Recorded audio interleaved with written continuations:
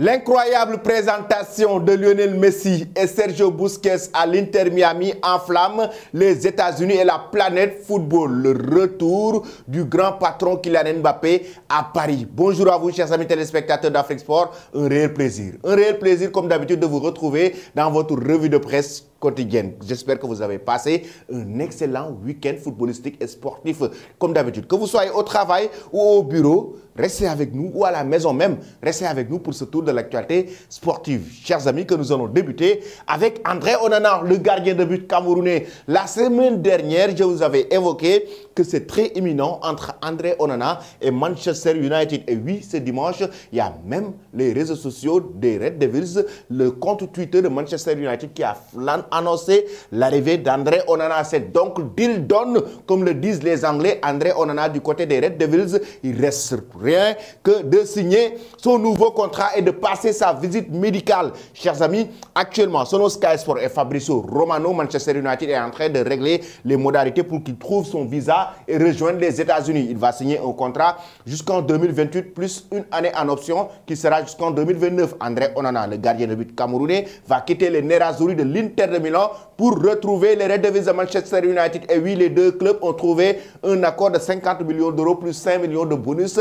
Et oui, c'est fait. André Onana va rejoindre la Premier League. Chers amis, que pensez-vous de ce transfert du gardien de but camerounais du côté des Red Devils? Vous donnez vos avis en commentaire. Après lui, on va parler de Riyad Mahrez.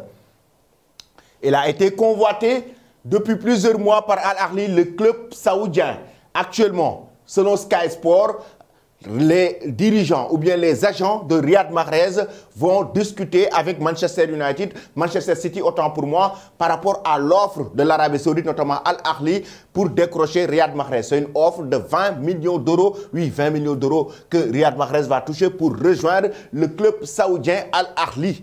Al Ahly qu'il a toujours convoité. Vous avez vu certainement sur les réseaux sociaux, notamment sur Twitter, au moment où les supporters d'Al Ahly étaient en train de réclamer l'arrivée de Riyad Mahrez à leur président après le match. Et Riyad Mahrez actuellement est très convoité par le club saoudien. Certains médias estiment que le joueur algérien est prêt à rejoindre, mais il faut que Al Ahly trouve c'est-à-dire un accord ou bien une solution sur le plan financier avec le club de Manchester City pour pouvoir décrocher maintenant la star algérienne Riyad Mahrez du côté de l'Arabie Saoudite. Et comme je l'ai évoqué tantôt, ce joueur reste avec son talent quand même en manque de temps de jeu du côté des Sky Blues de Pep Guardiola la saison dernière. Il a besoin de changer d'air certainement. Maintenant, qu'il évolue du côté de l'Arabie Saoudite ou qu'il reste en Europe, ça c'est un autre débat. Moi, je vous pose la question à savoir, pensez-vous que Mahrez, aujourd'hui avec son âge, peut toujours évoluer en Europe, notamment du côté du très haut niveau? Moi, personnellement, je pense qu'il est toujours capable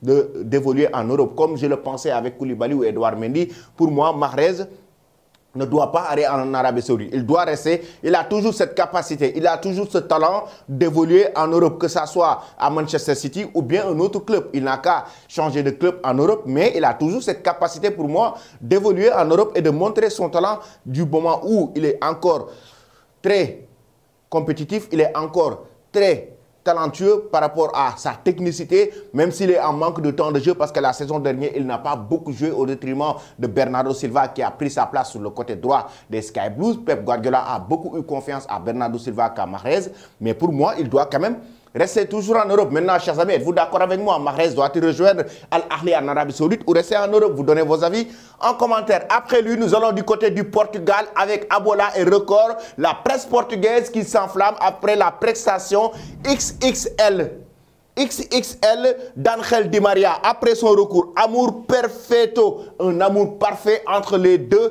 c'est-à-dire Angel Di Maria qui est arrivé pour un comeback du côté de Benfica Lisbonne lors d'un match amical face au FC Bâle. Il a inscrit à la 24e minute son but et Angel Di Maria, comme vous le voyez, chers amis, il est de retour dans son club qu'il a propulsé parce qu'en 2007-2010, le Benfica Lisbonne l'a montré au monde entier par rapport à son talent et tout. Et là, dès son arrivée, son premier match amical, il marque et c'est l'amour parfait. Ou bien on parle de luxo, comme l'a si bien titré le journal Record, et Abola qui s'enflamme après cette prestation et la victoire de Benfica sur un score de 3-1 face au FC Bâle. Après cela, nous venons directement en Angleterre pour parler de Maguire. Le défenseur anglais Le brassard de capitaine lui a été retiré. Il est très déçu, comme vous le voyez ici en image, illustré par Star Sport. Le quotidien Daily Express Sport aussi revient sur le brassard de capitaine qui a été retiré par Maguire. Je le savais. Je savais qu'il va perdre le brassard de capitaine. Et oui, l'entraîneur de Red Devils Ten Hag a pris une décision énorme et il l'a évoqué. C'est l'entraîneur qui lui a carrément évoqué qu'il a pris la décision de lui retirer le brassard de capitaine. Il a évoqué ses raisons personnelles, raison pour laquelle, d'ailleurs, personnelles et sportives, pour retirer le brassard de capitaine à Harry Maguire. Lui, il dit qu'il est très déçu et il remercie les supporters de Manchester United durant ces 3 ans qu'il a dirigé cette équipe de Manchester United en tant que capitaine. Il est très, carrément, il les remercie par rapport au soutien que les supporters ont eu et à ses coéquipiers aussi. Mais, sur le plan sportif, quand même, c'est un flop. C'est une catastrophe de laisser Maguire être le capitaine de cette équipe des Red Devils. J'espère que les supporters de Manchester United seront d'accord avec moi. Parce que quoi qu'on puisse dire, Maguire, chers amis, c'est un très gros flop. Il a des lacunes énormes. Et avec ces lacunes, comment on peut être le capitaine de Manchester United? Quand même, on parle de Manchester United aujourd'hui. Certes, Maguire, sur le plan défensif, oui, on attendait à le voir un joueur carrément qui va apporter beaucoup de choses à cette équipe de Manchester United. Mais ces derniers temps, quand même, c'est la catastrophe. L'année dernière, notamment, avec les bourdes qu'il a eu à faire, notamment avec De Gea, on voit un capitaine qui le fait à chaque fois. Il enchaîne des bourdes avec cette équipe de Red Devils. C'est carrément quand même raison pour laquelle Ten Hag a pris la décision de lui retirer le brassard de capitaine. Parce que le capitaine dans une équipe, c'est lui le leader. Que ça soit un leader technique, que ça soit un leader moral, mais c'est lui qui tire le groupe vers le haut. Maintenant, si Maguire, le capitaine qui tire le groupe vers le bas, qui en tout cas qui sacrifie son équipe, qui fait des bourres et qui encaisse des buts, ça devient autre chose. Raison pour laquelle aujourd'hui, il ne pourra plus être capitaine de cette équipe de Manchester United par rapport à ses performances catastrophiques avec cette équipe de Red Devils. Que pensez-vous de la décision de Ten Hag? A-t-il pris la bonne décision en retirant le brassard de capitaine à Maguire? Vous donnez vos avis en commentaire. Ensuite, nous allons parler maintenant de la présentation incroyable de la Pulga de Lionel Messi du côté de l'Inter Miami. Il était très attendu par les supporters du club américain. Regardez bien, avec David Beckham accompagné des dirigeants de l'Inter Miami, l'ont accueilli avec beaucoup de plaisir, les bras ouverts. Lionel Messi s'installe maintenant officiellement dans son nouveau club. Et comme vous l'avez si bien vu, Lionel Messi et Sergio Busquets. Busquets aussi. Il faut rappeler déjà que Lionel Messi a pris la décision de rejoindre l'Inter Miami. Au moment où il était en fin de contrat avec Paris, au moment où le FC Barcelone voulait le faire revenir. Mais le Barça avait eu des lacunes sur le plan financier. Avec le fair play financier, le FC Barcelone ne pouvait pas enregistrer Lionel Messi pour qu'il puisse faire son comeback au sein du club catalan. Et en même temps, ça coïncide avec le moment où Lionel Messi prend la décision de rejoindre les États-Unis. Juan Laporta l'a évoqué dans une interview que je vais même évoquer ici dans cette revue de presse avec le quotidien Mundo Deportivo et Sport. Lionel Messi, dans ses coulisses, il a pris la décision de rejoindre l'Inter Miami. Et c'est une décision bien réfléchie du moment où l'Arabie Saoudite lui proposait un salaire de 1,2 milliard par an, 600 millions d'euros par 1,2 milliard sur 2 ans, c'est-à-dire un salaire de 600 millions d'euros par an par Al Hilal qui lui proposait ce salaire.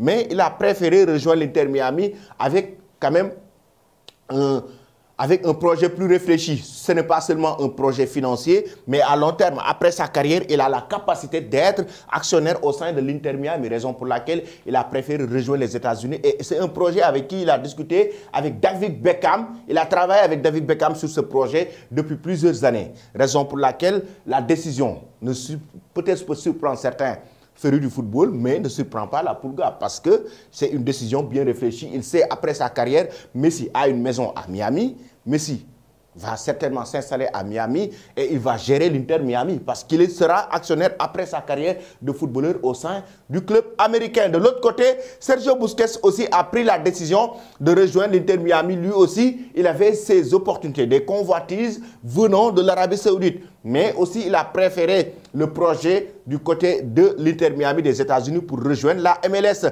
En même temps, il faut rappeler que Sergio Busquets et Lionel Messi étaient des anciens coéquipiers. Ils ont pratiquement tout raflé avec le Barça. Liga, Ligue des Champions, 2 fois, ils l'ont remporté en 2009. Ils l'ont remporté ensemble en 2015 avec Luis Enrique, avec Pep Guardiola. Ils l'ont remporté ensemble. Ces 2 jours, ils ont pratiquement tout raflé avec cette équipe du Barça et ils vont encore être coéquipiers du côté du club catalan. Les 2 légendes, Sergio Busquets qui a d'ailleurs arrêté la défunte saison avec le Barça pour rejoindre officiellement l'Inter Miami. Comme vous le voyez, lui aussi, il a été présenté au club, chers amis, aux supporters et la presse argentine qui s'enflamme déjà avec Hoy qui nous dit Messi y una tourmenta de ilusiones en Miami. Oui, c'est une illusion incroyable de Lionel Messi avec les supporters qui étaient très contents et très heureux de le voir arriver l'un des meilleurs jours de tous les temps. La Pulga Lionel Messi qui arrive au sein de son nouveau club. Une présentation qui fait la une de Hoy, le journal en Argentine. Et en même temps, on en parle aussi toujours en Argentine avec Epoca qui nous dit carrément que Messi qui révolutionne la MLS. Messi qui arrive en MLS certainement et il a promis des choses incroyables. C'est-à-dire qu'il a promis d'être toujours au rendez-vous comme il a toujours l'habitude de le faire en Europe. Il le fera aux États-Unis. Il va apporter beaucoup de choses à cette équipe de David Beckham. Chers amis, que pensez-vous de cette présentation incroyable de Lionel Messi et de Sergio Busquets? J'aimerais avoir vos avis en commentaire. Ensuite, nous allons en France pour parler du retour du patron, le comeback de Kylian Mbappé après ses vacances, après un passage au Cameroun, après un passage à Miami. Ça, c'est Kylian Mbappé qui arrive. Il a débarqué à Paris pour un retour, c'est le 17 juillet. Chers amis, c'est un jour historique, le 17 juillet 2023. C'était la date de l'ultimatum que Nasser El Khelaifi avait donné à Kylian Mbappé par rapport à sa décision de prolonger pour 1 an ou de quitter le Paris Saint-Germain. Là, actuellement, nous sommes le 17 juillet. Là, actuellement, Kylian Mbappé débarque à Paris et les médias informent que demain, il rencontrera Nasser El Khelaifi. Ce mardi, comme les autres internationaux, c'est aujourd'hui que Kylian Mbappé doit débuter sa saison 2023-2024 au PSG pour l'instant, alors que sa direction lui a fixé un ultimatum pour prolonger son bail jusqu'en 2025, le premier jour de sa dernière année de contrat au PSG. C'est aujourd'hui Kylian Mbappé, comme les autres internationaux qui ont joué lors de la première quinzaine de juin, est attendu à la reprise de l'entraînement. Al Khelaifi a prévu de passer à l'entraînement demain, ce mardi, lancé dans un bras de fer avec son employeur. Le quadruple meilleur joueur de Ligue 1 ne semble pas du tout pour l'heure perturbé par la situation qui jusqu'à aujourd'hui vécue de loin depuis des différents lieux de vacances. Le retour de PSG peut-il changer la donne? Chers amis, aujourd'hui, avec ce retour musclé de Kylian Mbappé à Paris, pensez-vous que le Paris Saint-Germain va le laisser jouer la saison prochaine pour partir librement, que ce soit au Real Madrid ou un autre club? Ou pensez-vous qu'il y aura bras de fer demain avec la rencontre entre Mbappé et Nasser El Khelaifi pour qu'il puisse prolonger son contrat jusqu'en 2025, parce que Mbappé a carrément évoqué qu'il ne va pas prolonger son contrat avec le club de la capitale française. Pensez-vous maintenant que Kylian Mbappé va aller au bras de fer avec la direction du Paris Saint-Germain, Nasser El Khelaifi? Et en même temps, dites-nous, pensez-vous que Mbappé, avec ce retour musclé à Paris, va prendre la décision de partir dès cet été si toutefois le PSG refuse de le laisser jouer la saison prochaine et partir librement? Donnez vos avis en commentaire. Ensuite, nous allons terminer avec Lionel Messi du côté de l'Inter Miami. Déjà, les faits marquants. Les faits marquants, on peut parler de Lionel Messi accompagné de David Beckham. Ce duo explosif du côté de l'Inter Miami. Certes, David Beckham n'est plus joueur, mais il reste quand même au niveau de la direction de l'Inter Miami, au niveau des dirigeants, accompagné de Lionel Messi qui a posé avec son nouveau maillot du côté de l'Inter Miami. Messi et Beckham, ce n'est pas la même génération. Beckham, c'est la génération des Galactiques du côté, si vous vous rappelez, de Zinedine Zidane,